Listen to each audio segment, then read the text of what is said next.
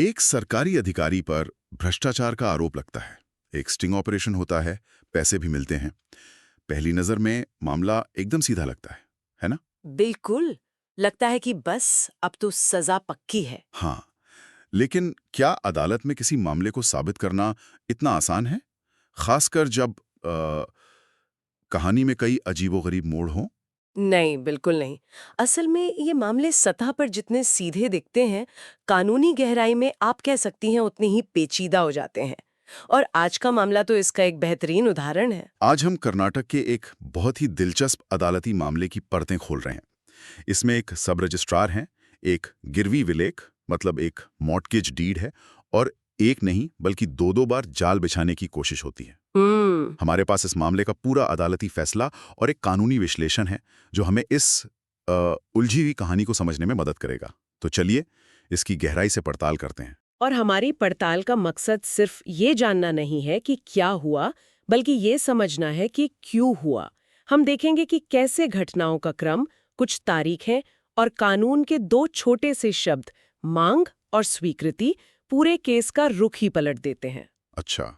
ये मामला दिखाता है कि कैसे कानून में हर शब्द का एक खास मतलब होता है और कैसे सबूतों की दुनिया वो अनुमानों से बहुत अलग होती है। तो चलिए कहानी के किरदारों से शुरू करते हैं। एक तरफ हैं याचिकाकर्ता श्री पी मंजुनाथ, जो होशदुर्गा में प्रभारी सब रजिस्ट्रार के तौर पर काम कर रहे थे। जी। दूसरी तरफ हैं शिकायतकर्ता, जिन्होंने एक कोऑपरेटिव सोसाइटी से 18 लाख रुपए का लोन लिया था। और इसी लोन के लिए उन्हें एक गिरवी विलेख यानी मॉर्गेज डीड को सरकारी दफ्तर में रजिस्टर करवाना था। ये एक मतलब सामान्य प्रक्रिया है। आप प्रॉपर्टी के कागज गिरवी रखते हैं और उसे सरकारी रिकॉर्ड में दर्ज करवाते हैं। अब यहाँ से कहानी में तारीखों का खेल शुरू होता है, और इन तारीखों पर खास ध्यान देना बहुत जरूरी है। 24 फरवरी 2022, इस दिन शिकायतकर्ता अपना गिरवी विलेख रजिस्टर करवाने श्री मंजुनाथ के ऑफिस आता है।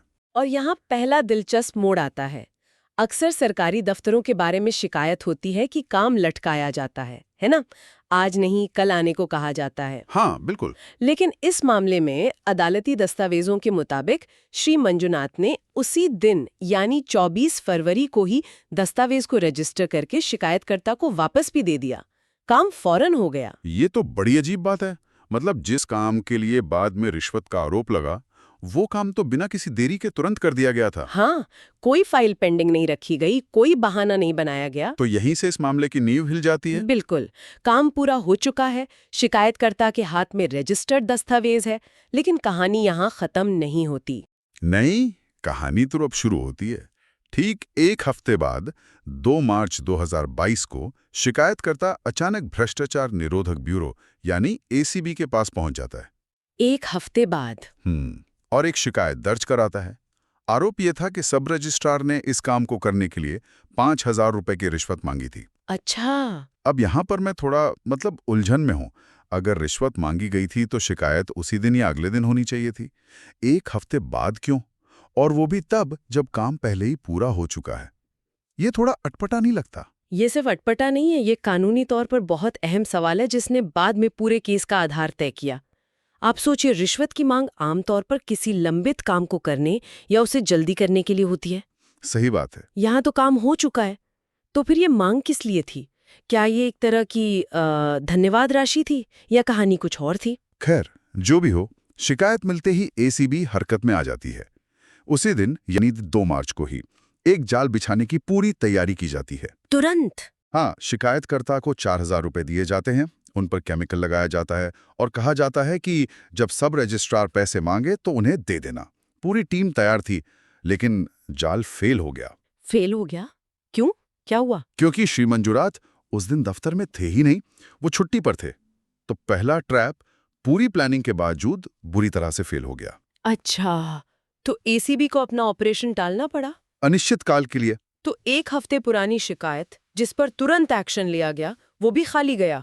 अब यहाँ से मामला और भी ज्यादा अजीब होने लगता है। बिल्कुल। अब कहानी में एक लंबा गैप आता है, लगभग 2 महीने का। तारीख आती है 20 अप्रैल 2022। 2 महीने? हाँ, 2 महीने।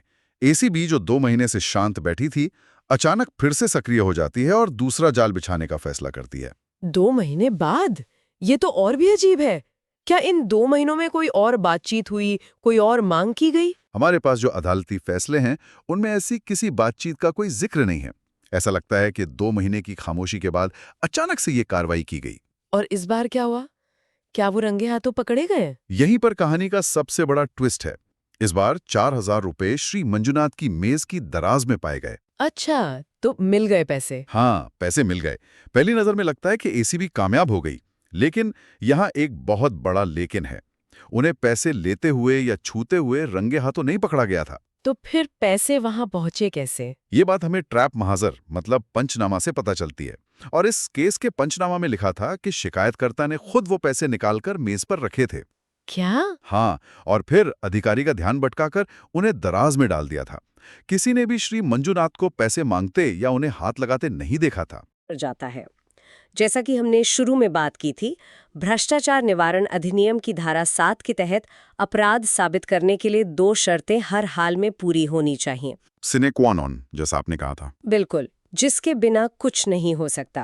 पहली और सबसे जरूरी शर्त है मांग, यानी डिमांड। मांग। अभियोजन पक्ष को ये शक से परे साबित करना होगा कि सरकारी अधिकारी ने साफ तौर पर रिश्वत की मांग की थी। सिर्फ इशारा करना या माहौल बनाना काफी नहीं है।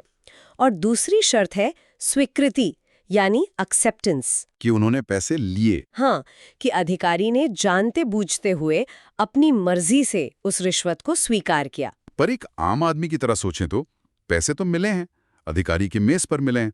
लोग तो यही सोचेंगे कि जरूर रिश्वत ली होगी। तो अदालत इस सबूत को इतनी आसानी से खारिज क्यों कर देती है? यह एक बहुत ही स्वाभाविक सवाल है और यही कानून का सबसे बारीक पहलू सामने आता है। अदालत अनुमानों पर नहीं, सबूतों पर चलती है।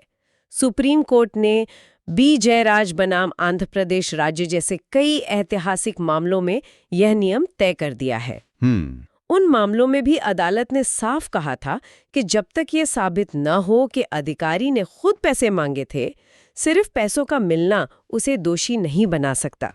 इस सिद्धांत को बार बार इसलिए दोहराया गया है ताकि किसी ईमानदार अधिकारी को झूठे केस में फंसाया ना जा सके। मतलब कोई आपके दफ्तर में आके चुपके से आपकी दराज में पैसे रख दे और फिर पुलिस को बुला ले तो आप मुसीबत में पड़ सकते हैं। बिल्कुल, कानून इसी संभावना से बचाता है। इसीलिए मांग का सबूत अपराध की नींव है।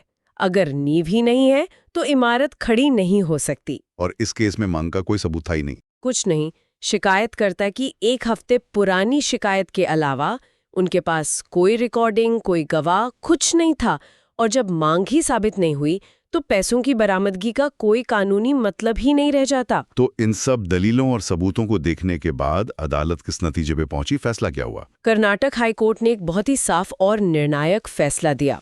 अदालत ने याचिकाकर्ता श्री मंजुनाथ के खिलाफ दर्ज एफआईआर और उस पर चल रही पूरी कार्रवाई को ही रद्द कर दिया। केस ही खत्म। इसके पीछे अदालत ने क्या मुख्य वजह गिनाई, ये समझना सबसे जरूरी है। हाँ, अदालत ने अपने फैसले के पीछे 4 ठोस कारण बताए। सबसे पहला और सबसे महत्वपूर्ण कारण था कोई काम लंबित नहीं था। यानी वही बात जो हम शुरू से कह रहे हैं। हाँ, लेकिन अदालत ने इसे कानूनी जामा पहनाया। कोर्ट ने कहा कि जब 24 फरवरी को काम पूरा हो चुका था, दस्तावेज वापस दिया जा चुका था, तो याचिकाकर्ता के पास ऐसा कोई आधिकारिक काम बाकी ही नहीं था जिसके लिए वो रिश्वत मांग सकता था। सही बात है, जब काम ही नहीं है तो रिश्वत किस बात की? बिल्कुल। दूसरा कारण थोड़ा तकनीकी लेकिन बहुत दिलचस्प है।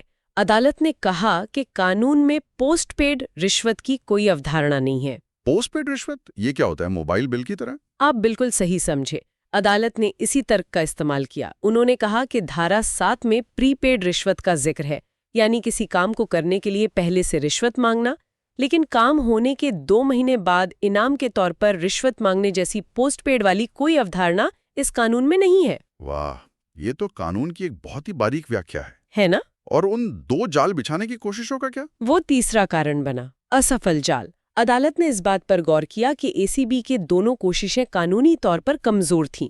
पहला जाल तो पूरी तरह से विफल रहा और दूसरा जाल, उसमें भी रंगे हाथों पकड़ने जैसी कोई बात नहीं थी। मतलब एसीबी की प्रक्रिया में ही खामियां थी? हाँ, या यूं कहें कि उनके पास सबूत इकट्ठा करने का कोई ठोस आधार नहीं बन पाया।